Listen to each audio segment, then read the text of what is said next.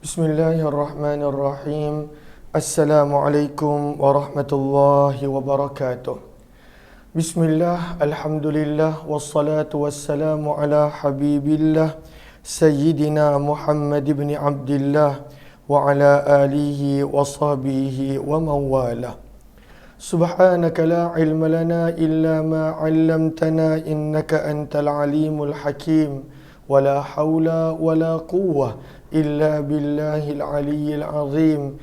Allahumma rabbi syrah lana sudurana wa yassir lana umurana wahlul 'uqdatam min alsinatina yafqahu aqwalana. Allahumma fakkihna fid din wa 'allimna at-ta'wil birahmatika ya rabbal alamin walhamdulillahi rabbil alamin. Alhamdulillah, alhamdulillah, syukur kepada Allah Subhanahu wa taala kita dapat bertemu lagi dalam program Mahsyar siri yang ke-50 bersama dengan saya Umar Aziz, pertemuan di mana kita akan berkongsi membaca daripada buku Mahsyar. Mudah-mudahan menjadikan kita dapat mengenali dan memahami perjalanan yang bakal kita tempuhi dalam perjalanan kita pulang menuju kepada Allah Subhanahu wa taala. Ahlan-ahlan kepada sahabat-sahabat semua yang berada di orang TikTok. Ada Azaz, kemudian Azaz, Azuni, Sheryl Rania serta Wan Zaitul dan juga sahabat-sahabat yang lain. Di ruangan FB pula ahlan-ahlan Ummi Zaihadi, Azima, Mazna Abu Bakar, Bunga Lawang, Ummi Zaihadi, Salbiah Ali, Salma Uthman, Zaliha Kamaruddin, Syed Ahmad, kemudian Zainun Hadi, Rohidah Abdul Rahman, Fauzan Muhammad, Safiyah Sapian, Rosni Kasa, kemudian Siti Zabidah Abdul Hamid, Hasna Muhammad Doya, Arina Umar dan juga Safiyah Sapian, Fatimah S, Samsuria Saleh, Yaya Lia, Ana Sukaimi, Kak Langsu, Zuraida Siddiq, Siti Khatijah Nurdin, Ramina's Kitchen, Ahmad bin Muhammad, kemudian ahlan-ahlan Aziza Izzah, Ija Rahman, Nurmah, Faridah Safian, Ina Azman, Hasna Muhammad Doya dan juga semua sahabat-sahabat yang lain. Apa kata kita mulakan pertemuan kita dengan kita perbetulkan dahulu niat kita. Moga-moga apa jua yang kita lakukan adalah kerana Allah Subhanahu wa taala. Nawaitu ta'alluma wa ta'lim wa tadhakkura wa tadhkir wa naf'a wal intifa' wal ifadata wal istifada wal hatha 'ala at-tamassuki bi kitabillah wa sunnati Rasulillah sallallahu alaihi wasallam wad du'a'i ila al-huda wad dalalati 'ala al-khair ibtigha'a wajhillah wa mardatihi wa qurbih wa thawabih. Amin amin ya rabbal alamin. Ahlan-ahlan kepada semua. Waalaikumsalam warahmatullahi wabarakatuh. Kepada semua yang memberi salam, mohon jasa baik untuk bantu share, bantu untuk kongsi, bantu untuk sebaluas. Mudah-mudahan lebih ramai yang beroleh manfaat. InsyaAllah pada petang ini kita nak sambung pembacaan buku Mahsyar, perjalanan pulang menuju kepada Allah Subhanahu wa taala, dan kita sedang membaca tajuk berkenaan tentang tanda-tanda kecil kiamat. Muka surat yang ke-171. Adapun kiamat, tidak ada manusia, tidak nabi, tidak rasul dan tidak pula malaikat, tidak ada yang tahu tentang bilakah kiamat. Dan itu kita telah baca semalam. Namun berkenaan tentang tanda-tanda kiamat, maka apakah penulis telah kongsikan, iaitu sepotong antara tanda-tanda kecil kiamat adalah kelahiran Nabi dan diutusnya Nabi sallallahu alaihi wasallam. Allahumma salli ala sayyidina Muhammad. Dan semalam kita telah baca hadis riwayat Muslim, sabda Nabi sallallahu alaihi wasallam, bu'istu was-sa'atu kahatain, diutusnya aku dan terjadinya hari kiamat seperti dekatnya dua jari ini. Maksudnya kelahiran Nabi SAW menunjukkan kiamat sudah dekat dan kiamat sudah hampir. Dan kelahiran dan diutusnya Nabi SAW dikategorikan sebagai tanda-tanda kecil kiamat. Maka kata penulis, bila kita telah dengar hadis bahawa Nabi dan kiamat begitu dekat seperti jari telunjuk dan jari tengah, dan Nabi merapatkan antara keduanya, maka kata penulis, engkau cubalah merapatkan sendiri. kedua jari tersebut? Banyak manakah jarak yang boleh engkau lihat di antara kedua-dua jari tersebut? Banyak mana jarak yang kita boleh nampak? Yang mana sangat dekat, menunjukkan diutusnya Rasulullah sallallahu alaihi wasallam menjadi rasul dan penutup segala rasul dan nabi adalah gambaran betapa dekat, betapa hampirnya kiamat. Cuma masih lagi kita belum tahu, walaupun telah berlalunya 1000 lebih tahun, kita masih lagi belum tahu bilakah akan berlakunya kiamat. Allahumma salli ala sayyidina Muhammad. Kata penulis, sungguh betapa singkat sebenarnya hidup engkau di dunia. Apatah lagi engkau tidak tahu berapa lama lagi masa berbaki yang engkau ada untuk mengejar pahala-pahala kebaikan dan meraih syurga. Lalu kiamat tu dah dekat satu benda. Kiamat tu dah dekat. Dan Nabi gambarkan sewaktu aku diutuskan, aku dengan kiamat dah begitu dekat macam ni. Kiamat dah dekat. Tapi kata penulis buku, walaupun begitu, yang lebih dekat dengan kita adalah kematian kita. Kematian kita lebih dekat dengan kita. Dan sebab itu beliau berkata, betapa singkat sebenarnya hidup kita di dunia ni. Ada yang hidup 60 tahun, 80 mungkin, 75, 40, ada yang 50. Sebenarnya kehidupan kita lebih singkat dan kematian kita lebih dekat berbanding dengan bilakah datangnya kiamat. Kata penulis buku, apatah lagi engkau tidak tahu berapa lama lagi masa berbaki yang engkau ada untuk mengejar pahala kebajikan dan meraih syurga. Dan kita pun tak tahu berapa lama lagi masa yang kita ada. Ada tak di antara sahabat-sahabat yang tahu bilakah berapa lama waktu yang dia ada? 10 tahun, 20 tahun, 30 tahun, 50 tahun. Kita pun tak tahu berapa lama lagi yang Allah Subhanahu Wa Taala bagi. Cuma tanda-tanda pada waktu tu Allah dah bagi. Mata mula tak nampak, ingatan mula tak kuat, badan dah mula lemah, berjalan pun kejap beberapa langkah dah lemah. Pada waktu itu tanda-tanda tu telah ada untuk kiamat diri kita. Bukan kiamat dunia. Kiamat dunia tu pun boleh berlaku, tapi lebih dekat daripada kiamat dunia dan alam semesta adalah kiamat diri kita dulu, kematian yang bakal datang. Dan pada waktu itu Allah Subhanahu Wa Taala dah bagi banyak tanda. Suara pun makin dah tak ada. Contohnya macam saya, pada waktu itu kerap letih. Itu pun semua adalah tanda-tanda sebenarnya kematian telah dekat dan kita pun sudah semakin berada di hujung usia kita. Maka sebab itu kata penulis buku, apatah lagi engkau tidak tahu berapa lama lagi masa berbaki yang ada. Dan masa yang ada ni kita nak buat apa? Yang pertama, nak mengejar pahala kebaikan, perkara yang Allah suka. Dan yang kedua, mudah-mudahan dapat melakukan amalan yang boleh menjadikan kita dimasukkan ke syurga. Sebab itu kata penulis buku, berkejar-kejarlah engkau dalam berbuat kebaikan. Berkejar-kejar. Dan itu pun adalah perintah Allah di dalam Al-Quran. Allahumma salli ala sayyidina Muhammad. Penulis buku suruh kita berkejar-kejar, berlumba-lumba. Allah sebut perkara yang sama di dalam Al-Quran pada juz yang keempat. Firman Allah Subhanahu Wa Taala pada surah yang ketiga, Ali Imran ayat 133, wasari'u, dan berlumba-lumbalah kamu. Berlumba-lumba nak menuju ke mana? Ila maghfiratin min rabbikum, mengejar pengampunan Allah, wa jannatin, dan mengejar syurga Allah Subhanahu Wa Taala. Allah suruh kita berlumba-lumba, Allah suruh kita bersegera, Allah suruh kita pada waktu itu dapatkan pengampunan daripada Allah dan juga syurga Allah Subhanahu Wa Taala.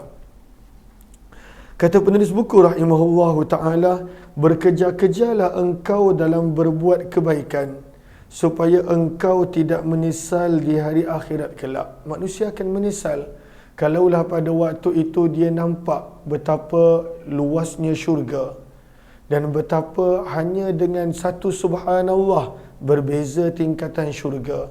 Hanya dengan satu kebaikan yang sebenarnya dia boleh buat tapi dia tak buat dekat dunia, pada waktu itu boleh berbeza tingkatan syurga dia.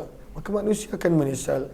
Sebab itu untuk tak menyesal, bersegera, berlumba-lumbalah kita dalam melakukan perkara yang Allah suka dan melakukan amalan yang boleh melayakkan kita untuk masuk ke syurga Allah Subhanahu wa taala. Maka ini antara tanda kiamat kecil yang pertama. Apakah tanda kiamat kecil yang pertama? Pengutusan Nabi Muhammad sallallahu alaihi wasallam. Dan yang kedua, kata penulis buku pada muka surat 173, bulan menjadi terbelah dua. Bulan terbelah dua yang pernah berlaku pada waktu Nabi sallallahu alaihi wasallam masih hidup.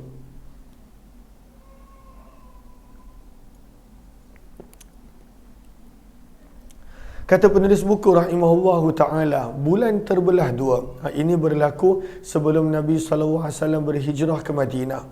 Maka kata penulis buku, antara tanda-tanda kecil kiamat. Yang kedua, tanda besar kita belum masuk lagi. Tanda pertengahan belum. Masih lagi pada tanda kecil.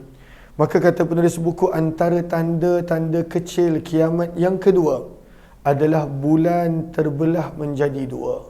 Dan ini pernah berlaku pada zaman Nabi sallallahu alaihi wasallam. Maka kata penulis buku, peristiwa bulan terbelah kepada dua juga merupakan salah satu daripada tanda-tanda kedatangan hari kiamat. Ianya merupakan mukjizat yang diberikan Allah kepada baginda Nabi sallallahu alaihi wasallam untuk membuktikan kerasulan baginda. Bawa bukti. Sebab mereka kata, wahai Muhammad, kalaulah engkau benar Rasul, belah bulan. Maka Nabi SAW belah bulan menjadi dua. Tapi masih lagi mereka tak nak beriman. Dekat sini juga kita nampak, orang yang tak nak beriman, bawalah macam mana bukti dan perkara sekalipun, dia tetap takkan beriman. Dan ini yang kita boleh nampak daripada penduduk Mekah, orang Quraisy Mekah, bagaimana bila mereka minta macam-macam mukjizat kepada Nabi, mereka minta macam-macam perkara kepada Nabi, dan bila baginda Nabi SAW tunaikan, seperti contohnya permintaan agar bulan dibelah, dan Nabi buat dengan izin Allah Subhanahu wa taala, tapi mereka tetap tidak beriman. Lalu orang yang tak nak beriman, tunaikanlah apapun permintaan mereka, bawalah apapun mukjizat untuk yang mereka minta, jawapannya tetap tidak akan beriman. Dan orang yang mana dia memang nak beriman, mencari kebenaran, kadang-kala tak perlu mukjizat, tak perlu perkara yang pelik luar biasa, dia akan beriman. Allahumma salli ala sayyidina Muhammad. Lalu bagaimana manusia beralasan untuk tidak beriman? Kata penulis buku rahimahullahu ta'ala, ada sepotong hadis riwayat Bukhari daripada Anas bin Malik radhiyallahu ta'ala anhu. Beliau berkata, pada saat penduduk kota Mekah bertanya kepada baginda Rasulullah sallallahu alaihi wasallam untuk diperlihatkan kepada mereka bukti ataupun tanda kerasulan Nabi sallallahu alaihi wasallam, mereka kata, bawa bukti wahai Muhammad, jadikan bulan terbelah wahai Muhammad. Maka kata penulis buku, maka Nabi SAW menunjukkan kepada mereka bulan yang terbelah menjadi dua. Dan kemudian ada sebahagian riwayat menyebut bahawa pada waktu itu ada cebisan bulan yang mengecil, dan pada waktu itu datang kepada Nabi SAW, dan pada waktu itu kembali semula ke tempatnya, dalam riwayat yang lain. Tapi dalam riwayat Bukhari tak ada, hanya disebutkan orang Quraisy yang request, yang minta agar bulan terbelah, dan pada waktu itu mereka meminta Nabi SAW untuk lakukan mukjizat tersebut. Kalau Rasulullah buat, mereka beriman. Namun malangnya mereka tetap tidak mahu beriman. Hadis riwayat Imam Bukhari rahimahullahu ta'ala. Maka ini tanda-tanda kiamat yang kecil yang kedua, kerasulan Nabi. Kemudian yang kedua adalah bulan terbelah menjadi dua. Dan yang ketiga, kata sebahagian para ulama, adalah kewafatan Nabi sallallahu alaihi wasallam. Maka kewafatan Nabi juga melambangkan pada waktu itu telah dekat dan hampirnya hari kiamat, hari di mana manusia akan dimatikan dalam persediaan untuk menghadap Allah Subhanahu wa taala. Ahlan-ahlan kepada sahabat-sahabat yang baru join, kita sedang membaca buku Mahsyar dan kita telah tiba pada muka surat 174. Maka apakah dalil yang menunjukkan kewafatan Nabi juga adalah termasuk daripada tanda-tanda kiamat yang kecil? Maka ada sepotong hadis yang telah diriwayatkan oleh Imam Bukhari rahimahullahu taala, yang mana diletakkan di sini kewafatan Nabi SAW pun juga termasuk daripada perkara-perkara yang menunjukkan telah hampirnya kiamat. Maka Nabi SAW bersabda, hitunglah 6 perkara menjelang datangnya hari kiamat. Ada 6 perkara yang bakal berlaku, yang mana menunjukkan pada waktu itu telah dekatnya hari kiamat. Apakah yang pertama? Maka kata sabda Nabi SAW, iaitu kewafatan Nabi. Nabi wafat, itu pun menunjukkan kiamat telah dekat. Dan walaupun baginda wafat lebih daripada 1400 tahun yang lalu, namun daripada sini kita belajar kewafatan Nabi juga adalah merupakan salah satu daripada sekian banyak tanda-tanda kecil kiamat. Allahumma salli ala sayyidina Muhammad. Ini nombor 1. Nabi sebut pada hadis ini ada 6. Bukanlah tanda-tanda kiamat terikat hanya pada 6 ini sahaja. Banyak lagi tanda-tanda kiamat yang tak disebutkan dalam hadis ini. Kemudian sabda Nabi SAW, yang kedua, pembukaan Baitul Maqdis. Baitul Maqdis kembali kepada umat Islam.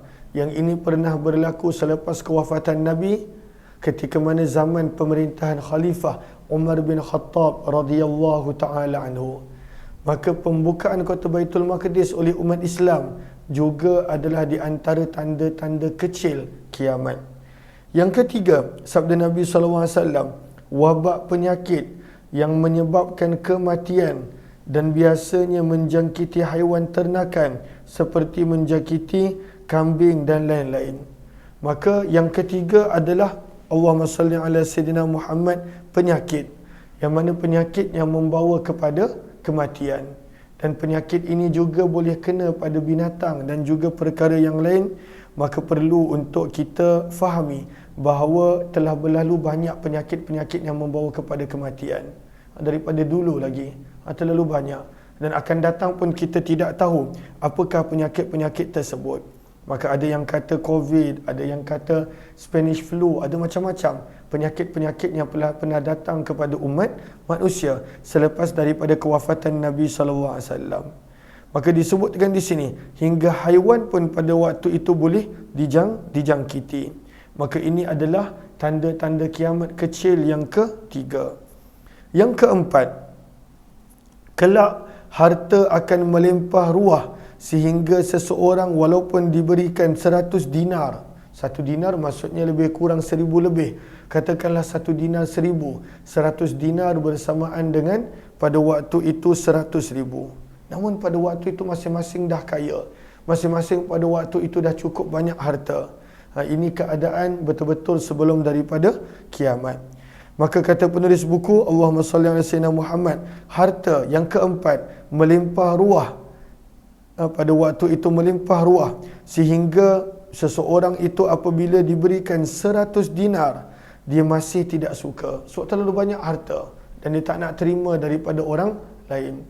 Ini pernah berlaku seketika pada zaman pemerintahan Khalifah Umar bin Abdul Aziz, di mana pengurusan sistem zakat yang beliau lakukan, kemudian keberkatan yang ada pada waktu pemerintahan beliau menjadikan pada waktu itu ada orang yang nak bayar zakat, tak ada orang yang nak terima. Sebab masing-masing pada waktu itu bukanlah orang yang terdiri daripada golongan asnaf.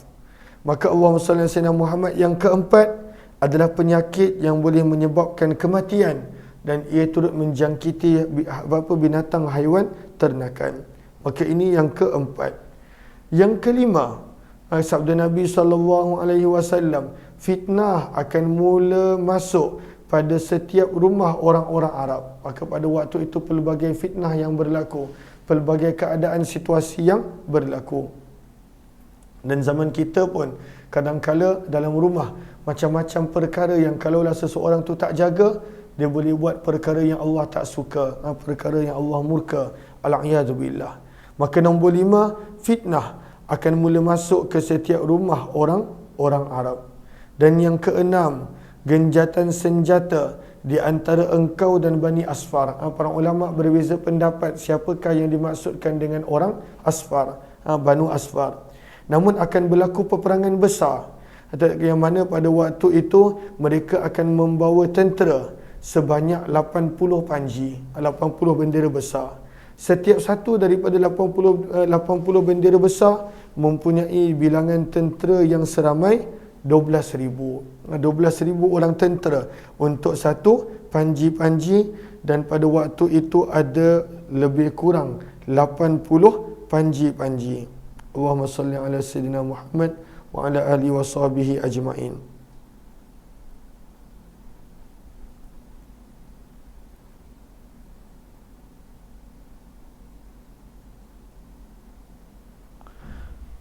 Maka ini adalah peperangan yang besar, melambangkan kepada peperangan yang besar, yang mana lebih juga dikenali sebagai contohnya malhamah, peperangan yang malhamah, pertumpahan darah yang besar. Maka yang pertama tadi, kewafatan Nabi pun adalah tanda-tanda kiamat. Pembukaan Baitul Maqdis yang pernah berlaku pada zaman Umar bin Khattab, itu pun tanda kiamat yang kecil. Wabak penyakit yang boleh menyebabkan kematian hatta haiwan ternakan. Kemudian yang keempat, terlalu banyak harta sehingga tidak lagi ada orang yang nak menerima zakat.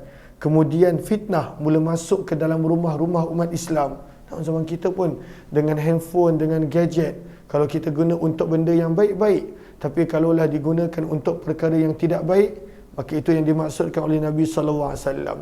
Dan kemudian yang keenam adalah pertempuran besar yang bakal berlaku, di mana ratusan ribu orang pada waktu itu akan bersama di dalam tentera ini, dan berlaku peperangan yang dikenali juga dengan nama Malhamah, dan ada beberapa nama yang lain. Hadis riwayat Bukhari. Kata penulis buku, ketika Nabi SAW diutuskan, itu pun dah dikira sebagai tanda hari kiamat sudah semakin hampir. Apatah lagi sewaktu kewafatan Nabi SAW, maka sebenarnya hari kiamat juga sudah menjadi semakin singkat dengan kita. Kiamat makin dekat, makin hampir. Namun pertanyaannya adalah, persoalannya adalah, bagaimanakah persiapan kita? Adakah kita dah buat persiapan yang secukup dan sepenuhnya? Lalu tadi kita ada baca tentang fitnah yang mula masuk pada rumah orang Arab. Maka penulis buku membawakan tajuk tentang contoh fitnah-fitnah yang berlaku pada zaman era pemerintahan Abu Bakar, Umar, Uthman dan Ali, dikenali sebagai Khulafa Ar-Rashidin. Maka ini Allahumma salli ala Muhammad. Sebelum itu saya tertinggal, minta maaf, adalah muka surat 175, pembukaan Baitul Maqdis. Maka antara tanda kiamat kecil yang ketiga adalah umat Islam kembali memiliki Baitul Maqdis. Dan kata para ulama, ianya pernah berlaku sewaktu pembukaan Baitul Maqdis yang telah dikhabarkan oleh Nabi SAW terbukti benar. Dan pada waktu itu Umar bin Khattab telah membukanya pada tahun 16 Hijrah, lebih kurang 5 tahun selepas kewafatan Nabi SAW, dan pembukaan Baitul Maqdis menjadi salah satu daripada tanda-tanda kecil kiamat. Maka pembukaan kota Baitul Maqdis juga adalah tanda-tanda kiamat yang kecil. Yang mana sekarang ni walaupun Baitul Maqdis mula dikuasai oleh musuh-musuh Islam, mudah-mudahan Allah kembalikan semula Baitul Maqdis kepada umat Islam dalam keadaan baik, dalam keadaan afiah dan sejahtera. Maka tanda kiamat yang ketiga, umat Islam akan menawan Baitul Maqdis. Dan umat Islam pernah beberapa kali menawan Baitul Maqdis pada zaman Umar bin Khattab, dan juga pada zaman pemerintahan khalifah yang terkenal Salahuddin Al-Ayyubi rahimahullahu ta'ala. Kemudian yang keempat, fitnah yang berlaku pada zaman Khulafa Ar-Rashidin, yang ini rasanya kita perlu sambung kemudian kerana masa tidak mengizinkan. Terima kasih kepada sahabat-sahabat semua. Jika ada yang ingin untuk membuat pembelian buku Mahsyar, boleh tekan link yang berada di ruang komen, insya-Allah. Terima kasih semua. Moga kita sentiasa bersedia, lalu apabila datangnya kematian kita ataupun kiamat, pada waktu itu kita telah tenang dan bersedia. Wabillahi taufiq wal hidayah. Assalamualaikum warahmatullahi wabarakatuh. Jazakumullahu khairah. Jumpa lagi insya